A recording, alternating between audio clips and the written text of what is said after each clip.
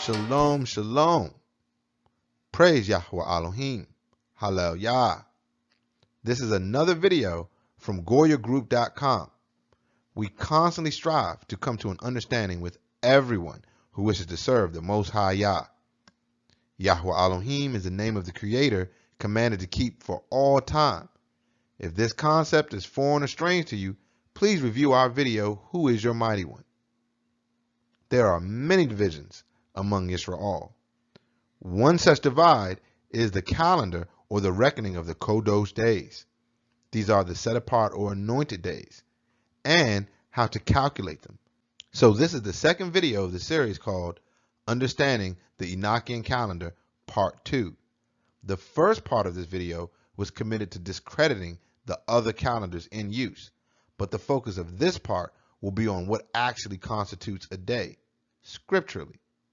Therefore, we must address the issue of when a day actually starts before we can move on to how to calculate multiple days, then into months, and finally into years, and place them on a calendar. The day starts at sunset. I know this may be strange, as it was to me, but you'll come to find that when you study more of Eastern cultures, thinking that this is odd is more of a Western mind frame. So let's define what a day is through the Ibre or Hebrew language. A day is yom, pronounced yom. It is Strong's, Hebrews, or H3117. From an unused root meaning to be hot, a day, as the warm hours, whether literal, from sunrise to sunset, or from one sunset to the next, or figurative, a space of time defined by an associated term, often used adverb. This is for age, always, continually, daily, everything, days gone, elder, evening, full. All of these things encompass the word yom. All of them are various uses of the word H3117. Here are some examples to illustrate this point. Devarim, or Deuteronomy, chapter 28, verse 29. And you shall be only oppressed and spoiled evermore. The word used for evermore is H3117. Moshe is using the word yom to denote eternity. Debri Hayamim Beit, or 2 Chronicles, verses 19 and 20. At the end of 2 years, and in the very next verse, verse 20, 30 and 2 years old. Both of those words are H3117.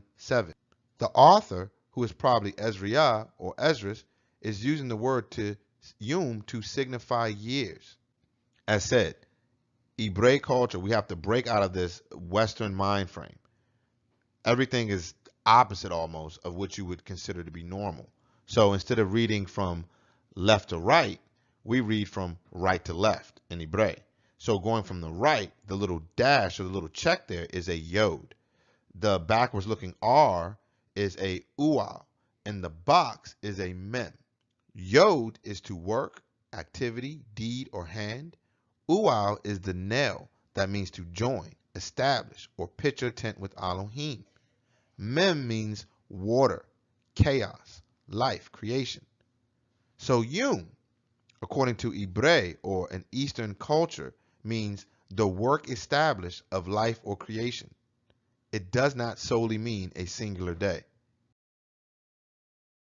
This is almost assuredly against the traditions and beliefs of what constitutes a day or yom for many of us. But we must lean on the words of Scripture, not on our own understandings, what we believe, what we feel. That doesn't matter. What does the text say? Let's go to the beginning. Bereshit, Genesis, chapter 1, verse 1. In the beginning, Elohim created Shamayim and Ne'eretz, heavens above and the earth. The earth was without form and void, and darkness was on the face of the deep, and the Ruach, or spirit of Elohim, was hovering over the face of the waters. we can see that darkness already exists and Yahuah created the heavens and the earth. Then Elohim said, "Let there be light," and there was light. And Elohim saw the light, that it was good, and Elohim divided the light from the darkness. Yahuah created the light in this moment after we already see darkness. To state that the light existed before the darkness forces us to ignore what the text actually says. And in verse 4, he divided the light that he created in verse 3 from the darkness that pre-existed from the light that he created in verse 3. Some may question exactly how darkness could have existed if Elohim didn't create it, or if this is a claim that Elohim did not create everything. First, let us be clear. This video is not claiming that anything existed at all without Elohim. It is just the position of those of us who created it that there is no mention of Elohim creating the waters of creation or darkness. Next, we must understand a fundamental concept. There is no such thing as darkness, in the same way there is no such thing as cold. Cold cannot be measured or quantified. What can be measured is the lack of heat, which is our measure of how cold it is. Darkness is simply the absence of light. We quantify it based on the lack of light. Therefore, Elohim did not necessarily need to create darkness, for darkness is merely the absence of the light of Elohim. And this is attested to in the scriptures. Yachanan Aleph, or 1 John, chapter 1, verse 5. This is the message we have heard from him and announced to you, that Elohim is light, and in him there is no darkness at all. The light that existed prior to the sun on day 3 was from the presence of the immortal Yahuah Elohim that he brought into existence, and it will be the light that exists when the sun, moon, and stars are no more during the end of this world. Kahazon, or Revelations, chapter 21, verse 23. The city had no need of the sun or of the moon to shine in it, for the esteem of Elohim illuminated. The Lamb is its light. Light, true light, has no darkness in it at all. All you see is light. That's why a flame casts no shadow. There's no darkness in Elohim, for darkness is merely the absence or the subtraction of light. Tehillim, or Psalms, chapter 44, verse 3. For by their own sword they did not possess the land, and their own arm did not save them, but your right hand and your arm and the light of your presence, for you favored them. Now we can go back to Bereshit and take a look at the completion of the first day, or Yom, and the format that is used. This format is congruent throughout the rest of the days, as well as the initial creation of the light. Verse 5, chapter 1 of Bereshit, which is Genesis. Elohim called the light day, and the darkness he called night. So the evening and the morning were the first day. The function of a day is darkness, then light, evening, and then morning, in the same fashion that there existed darkness, or the absence of light, and then light. This is not a one-off or exception to a rule, but rather this is the standard. Verse 8. And Elohim called the firmament, which is Shamayim, heaven. So the evening and the morning were the second day. Same formula. Evening and then morning. When we look at this without bias and objectively, we clearly see there's a pattern for the days. The first day had evening and then morning, which flowed into the second day, consisting of evening and then morning. This is when the firmament, or the dome, was created, that houses the sun, moon, and the stars. Let's check out verse 13. So the evening and the morning were the third day. This pattern is a set pattern. It can't be disturbed from the beginning of time. Darkness started, evening and morning, flowing out forever. How are you ever having a morning start without interrupting the entire cycle or the pattern? The first 3 accounts of a day gave light, earth, and the firmament to house them all. Yahuah just created time, matter, and space, with each day starting at evening. Same chapter, move down to verse 14. Then Elohim said, let there be lights in the firmament of the Shamayim, or the heavens, to divide the day from the night, and let them be for signs and seasons, for days and years. And let them be for lights in the firmament of the heavens, to give light on the earth. And it was so. Then Elohim made two great lights, the greater light to rule the day, and the lesser light to rule the night. He made the stars also. Elohim set them in the firmament of the Shamayim to give light on the earth, and to rule over the day and over the night, and to divide the light from the darkness. And Elohim saw that it was good. So that the evening and the morning were the fourth day.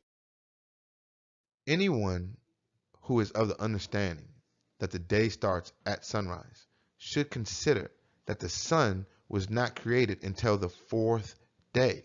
The sun and moon were created and placed inside the firmament. The firmament, or the heaven above, this is this dome that exists off of the earth. This is the earth according to scriptures, as described according to Bereshit.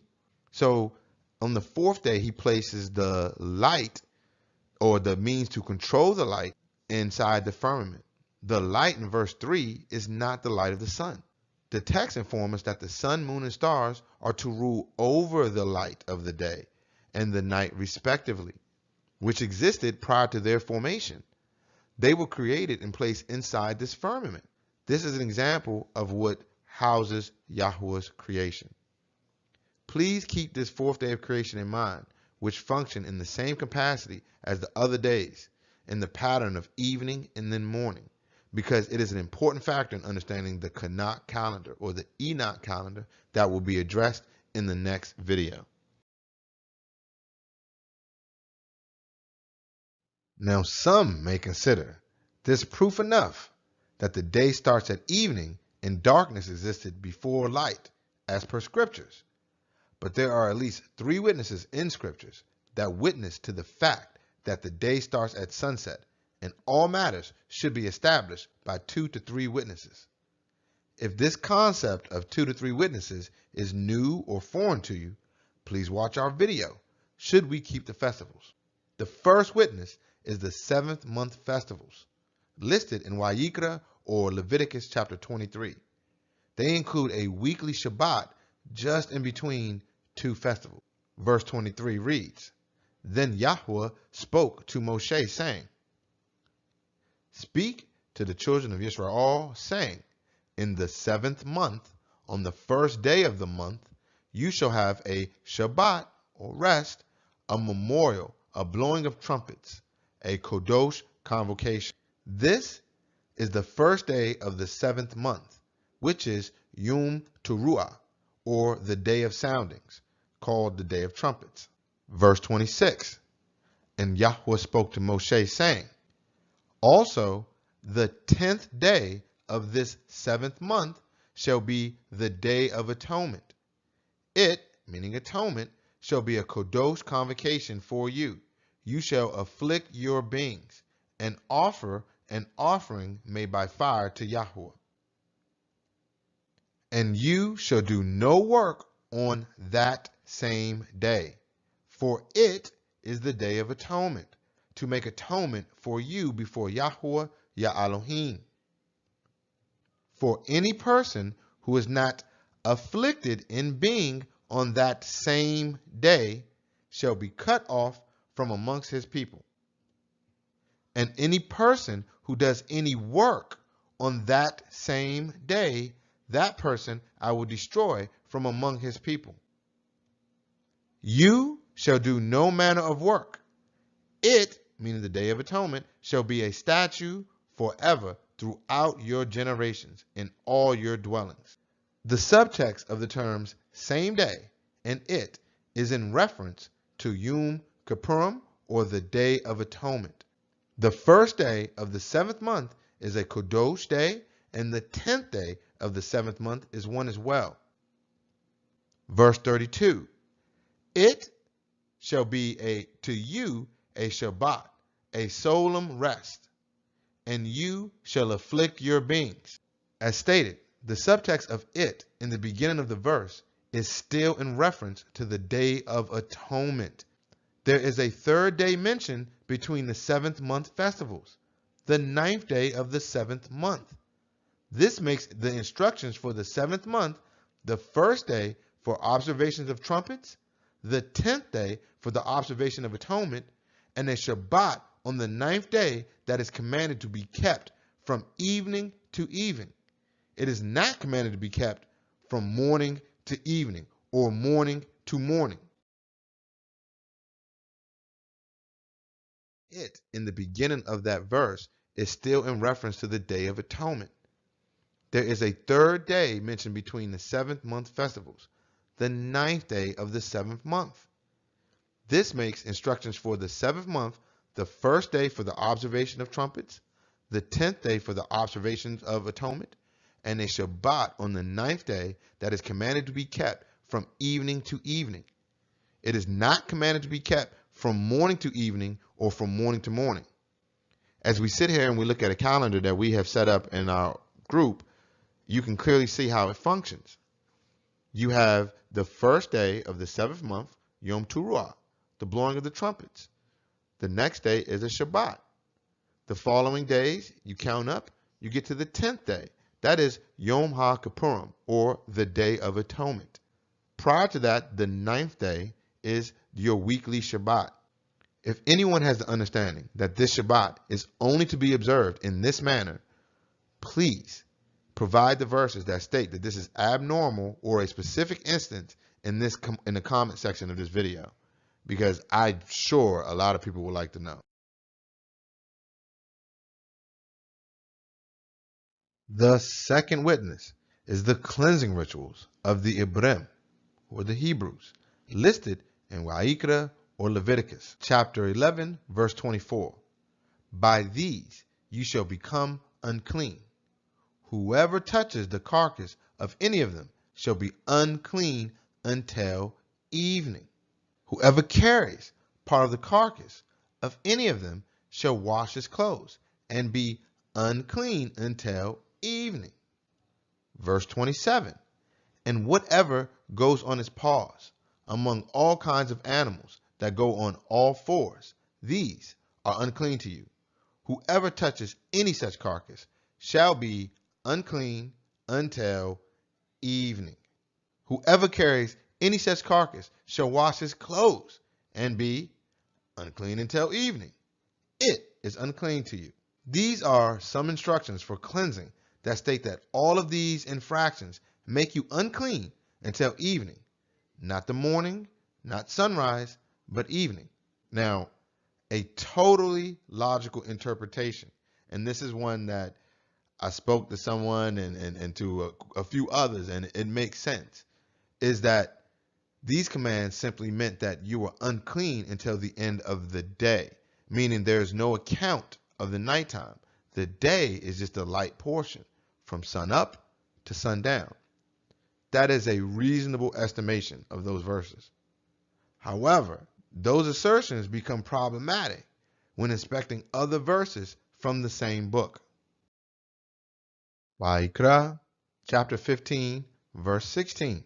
If any man has an emission of semen, then he shall wash all his body in water and be unclean until evening. And any garment and any leather on which there is semen, it shall be washed with water and be unclean until evening. Also, when a man lies with a woman and there's an emission of semen, they shall bathe in water and be unclean until evening. If a man has an emission of the seed of copulation in the night, and he and anything that the seed touches must be immersed, they are both and all of them unclean until evening, not morning. This is extremely problematic when looking at it from the perspective of a morning being a new day. Because why would you bypass the sunrise and then go all the way till sunset just for that? This also means that if this occurred during the day, they would still be clean at evening. if a man lies with his wife in the night, they are to immerse, and they are to both be unclean until evening, not the morning. It seems difficult that if the day actually started at sunrise, that they would not be clean at sunrise or the start of a new day. Chapter 22, verse 7. And when the sun goes down, he shall be clean. And afterward he may eat the Kodosh offerings, because it is his food. The understanding to me, and from the text, seems to be that when the sun set, the new day started, and you were clean from all impurities if you followed the rituals. The third witness of a day starting at evening is from the Brit Chadashah, or the renewed covenant, which is commonly referred to as the New Testament. The execution and burial of Yahushua HaMashiach, who is the Messiah, clearly proves that the understanding of a day was that it began at sunset, not in the morning.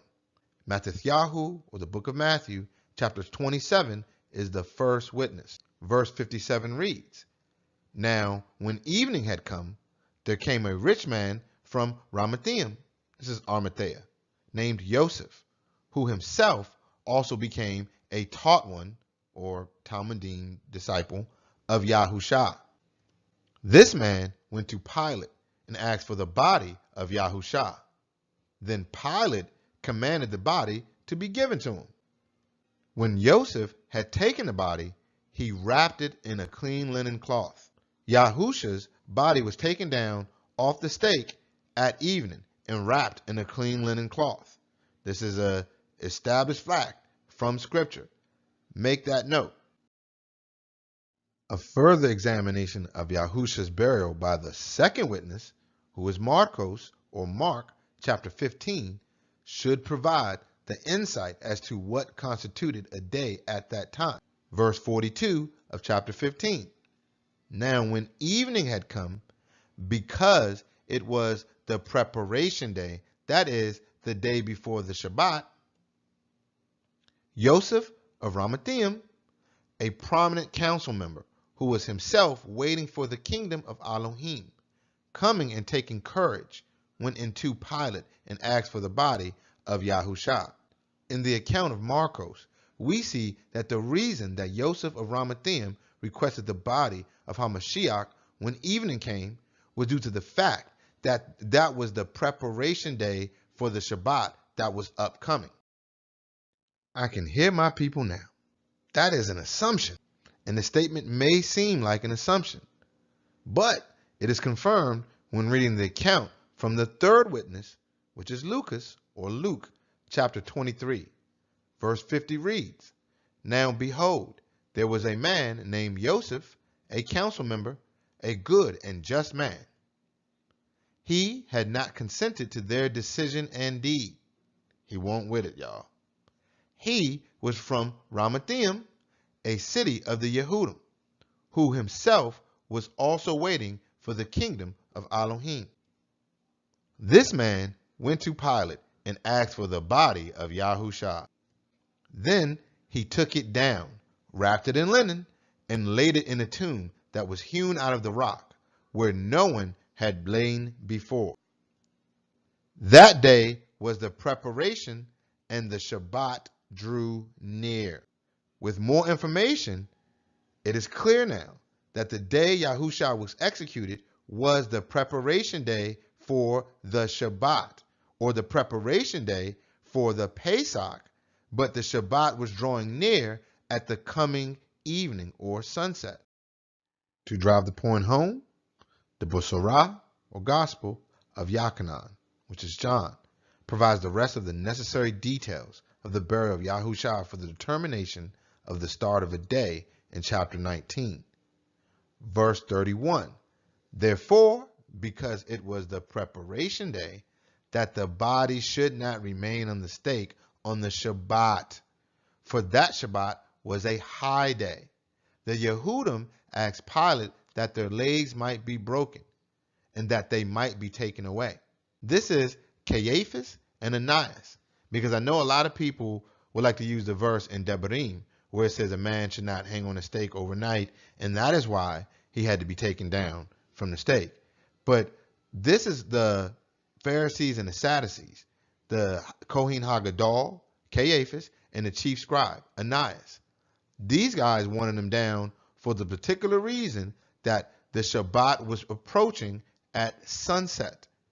They could not remain on the stake. So they requested that the 3 people being executed have their legs broken due to this approaching Shabbat, which was a high one.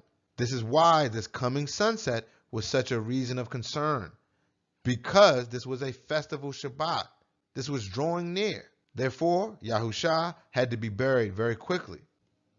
Verse 41, now in the place where he was impaled, there was a garden, and in the garden a new tomb, which no one had yet been laid.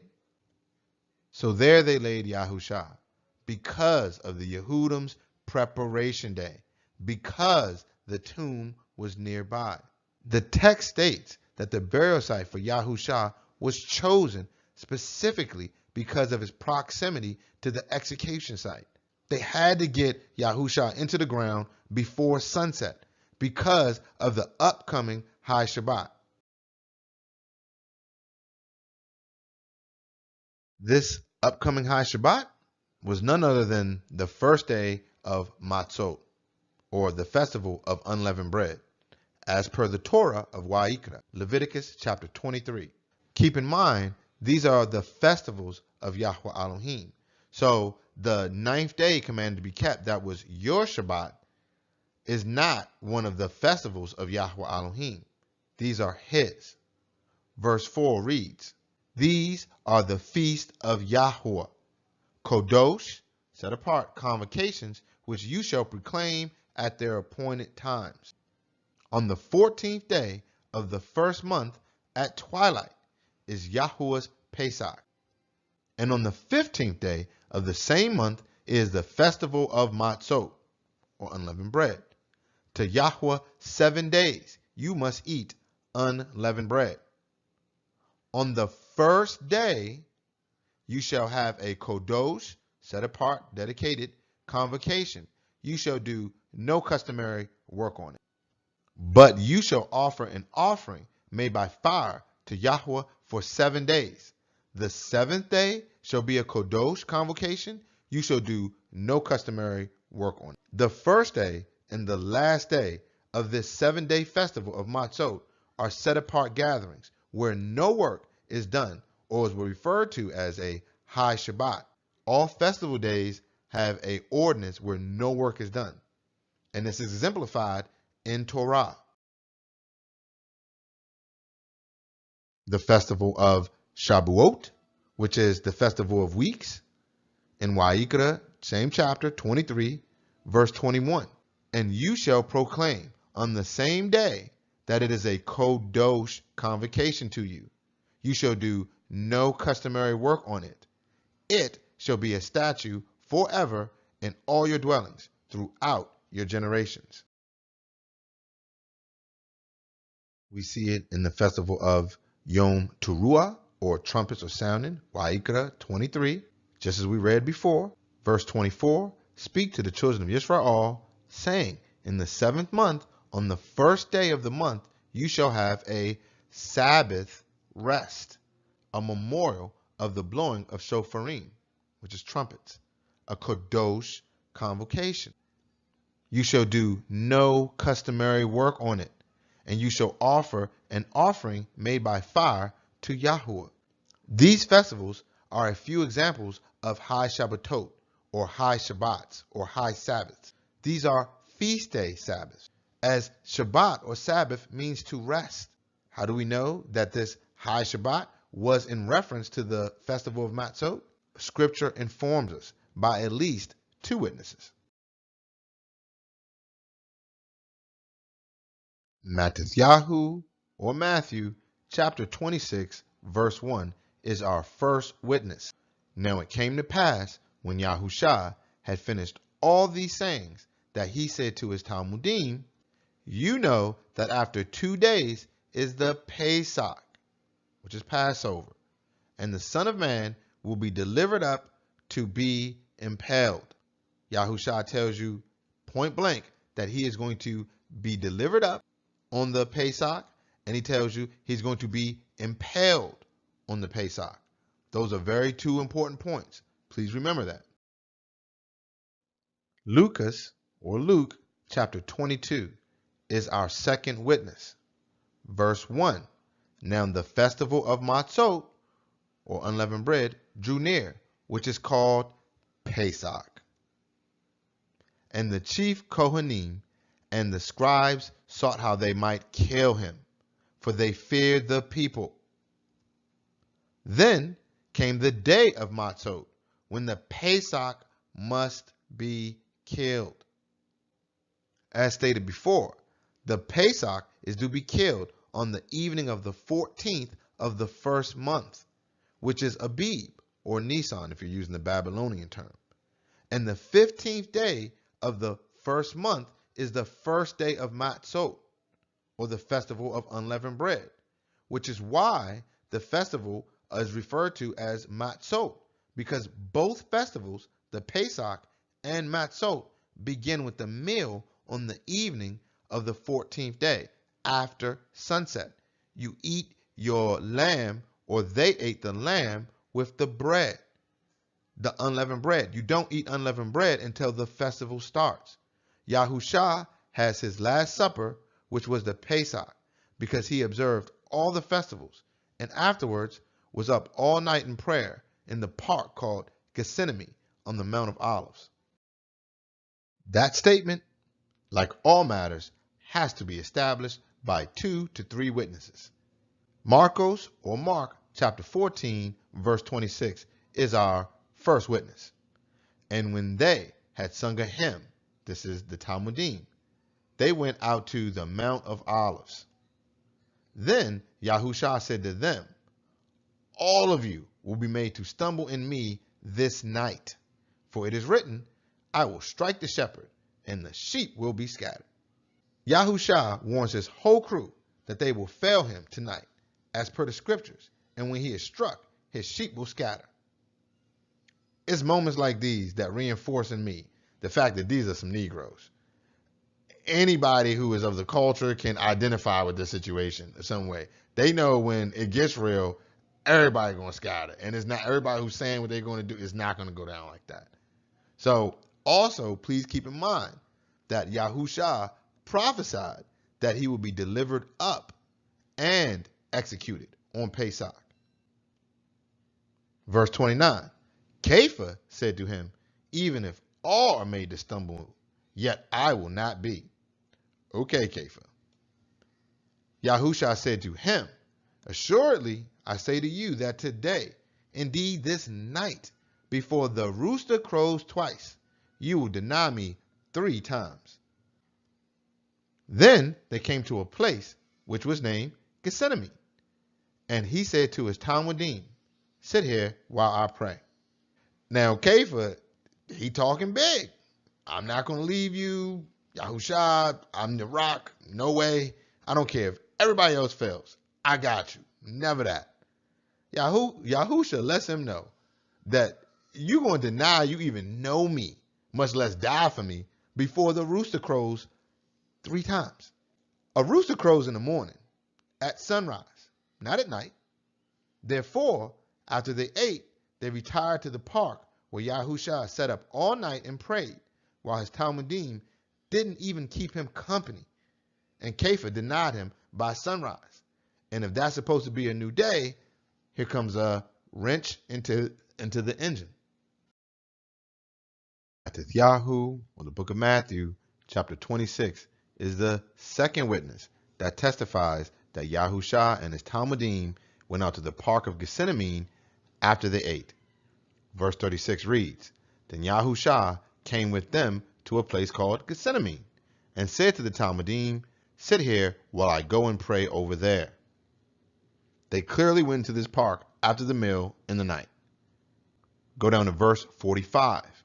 Then he returned to the Talmudim and said to them, are you still sleeping and resting? Look, the hour has come, and the Son of Man is delivered into the hands of sinners. Yahushua informs his Talmudim that the moment that he prophesied about is coming to hand. He's about to be delivered up, just as he said. In the Pesach, just as he said. Verse 47. While he was still speaking, Yahudah, this is Judas, one of the 12, arrived. With him was a large crowd, armed with swords and clubs, sent from the chief Kohanim and the elders of the people. While he was speaking, at that moment, the hater comes through with the whole crew. Verse 48. Now the betrayer has arranged a signal with them. The one I kiss is the man. Arrest him. Yahushua was betrayed with the kiss. A lot of people should know that. During the night, during the Pesach, and in the park. All the others scattered. Let's go down to verse 74 and check Kepha. Then he, Kepha, began to curse and swear, saying, I do not know the man. Now, since everybody else scattered when he was grabbed up, Kepha is the only one still hanging around. And remember how he said he was not going to fail Yahushua at all. But there he goes. I don't know the man. Verse 75. And Kepha remembered the word of Yahushua, who had said to him, before the rooster crows, you will deny me 3 times. So he went out and wept bitterly. By morning at sunrise, all things had played out just as Yahushua foresaw. And it is firmly established that HaMashiach was up all night praying after his last meal, which was the Pesach. And therefore, his trial was after the rooster crowed. So he said he would be delivered up on Pesach. Cool. Was this the start of a new day at sunrise when the rooster crowed? Was this actually the start of a new day, this morning, this sunrise? With the understanding that the Pesach is on the 14th day of the first month, and the next day is the first day of Matzot, which is the 15th day of the first month, you understand that these are the high Shabbats, or the high Sabbath, or festival Shabbat. Now we can conclude that the new day started in the evening because Yahushua was also executed on the Pesach as he prophesied. Yahu, or Matthew, chapter 27, is the first witness to Yahushua's execution, definitely on the Pesach. Verse 1, when morning came, this is after the rooster crowed, all the chief Kohanim and elders of the people plotted against Yahushua to put him to death. And when they had bound him, they led him away and delivered him to Pontius Pilate, the governor. A lot of us should already know that Pontius Pilate, the governor, is the one who washed his hands of the whole matter. And Yahushua was executed underneath his command. Even though it was by the decree of the Yehudim and the people crying for his death, it was Pontius Pilate's command. So when we look at what transpired afterwards, verse 62, on the next day, which followed the day of preparation, the chief Kohanim and the Pharisees gathered together to Pilate, saying, Sir, we remember, while he was still alive, how that deceiver said, after 3 days, I will rise. The day after HaMashiach was executed is the day after the day of preparation for the Pesach, meaning it is the day of unleavened bread, or the first day of unleavened bread, which is a high Shabbat. That is that high Shabbat that was coming at sunset. Please also note that Yahushua resurrected 3 days after his execution, because that is an important factor in determining the weekly Shabbat using the calendar in the next video.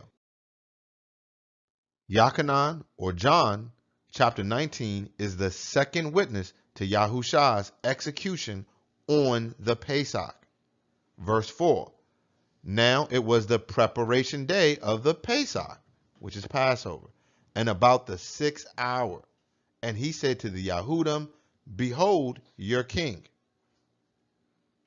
But they cried out, away with him, impale him. Yahushua was executed on the Pesach.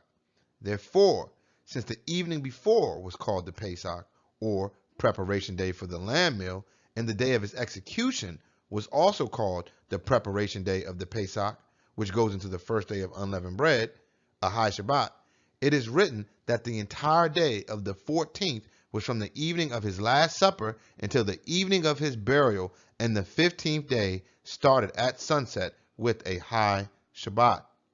This is also witnessed by Sefer Yobelim, which is the book of Jubilees, and is probably yet another reason why this book was removed from canon. 49, verse 1. Remember the command which Yahuah commanded you concerning the Pesach, that you should celebrate it in its season on the 14th day of the first month, that you should kill it before it is evening, and that they should eat it by night in the evening, from the time of the setting of the sun. Yahushua was killed at the time of the Pesach, was to be slaughtered. He was the ultimate Pesach lamb, and his blood covers all from death. Yachanan, or John 1:29, is the first witness to this truth. The next day, he saw Yahushua coming to him and said, Behold, the Lamb of Elohim, who takes away the sin of the world. Corinthians Aleph, or 1 Corinthians, chapter 5, verse 7, is the second witness. Clean out the old leaven, so that you may be a new lump, just as you are in fact unleavened. For Mashiach, our Pesach, also has been sacrificed. Kepha Aleph, or 1 Peter, is the third witness. Verse 18. Knowing that you were not redeemed with perishable things like silver or gold from your futile way of the life inherited from your forefathers, but with precious blood, as of a lamb, unblemished and spotless, the blood of Mashiach. Let's recap a few established facts here. 1. The lunar and lunisolar and Gregorian and Julian calendars have no connection to the land of Yashra'al or with the Israelites. 2. The day starts at sunset. 3. Yahushua was killed and buried on Pesach and resurrected 3 days later. I know that this was a lot of information, but we had to prove all things so that there could be left no doubt as to what the text actually states. With these established facts, we can now move into understanding the calendar of the Ibrim. In the third and final part of the video, we will go over how to plot all these points and figure out our appointed days. Appreciate your time. Shalom.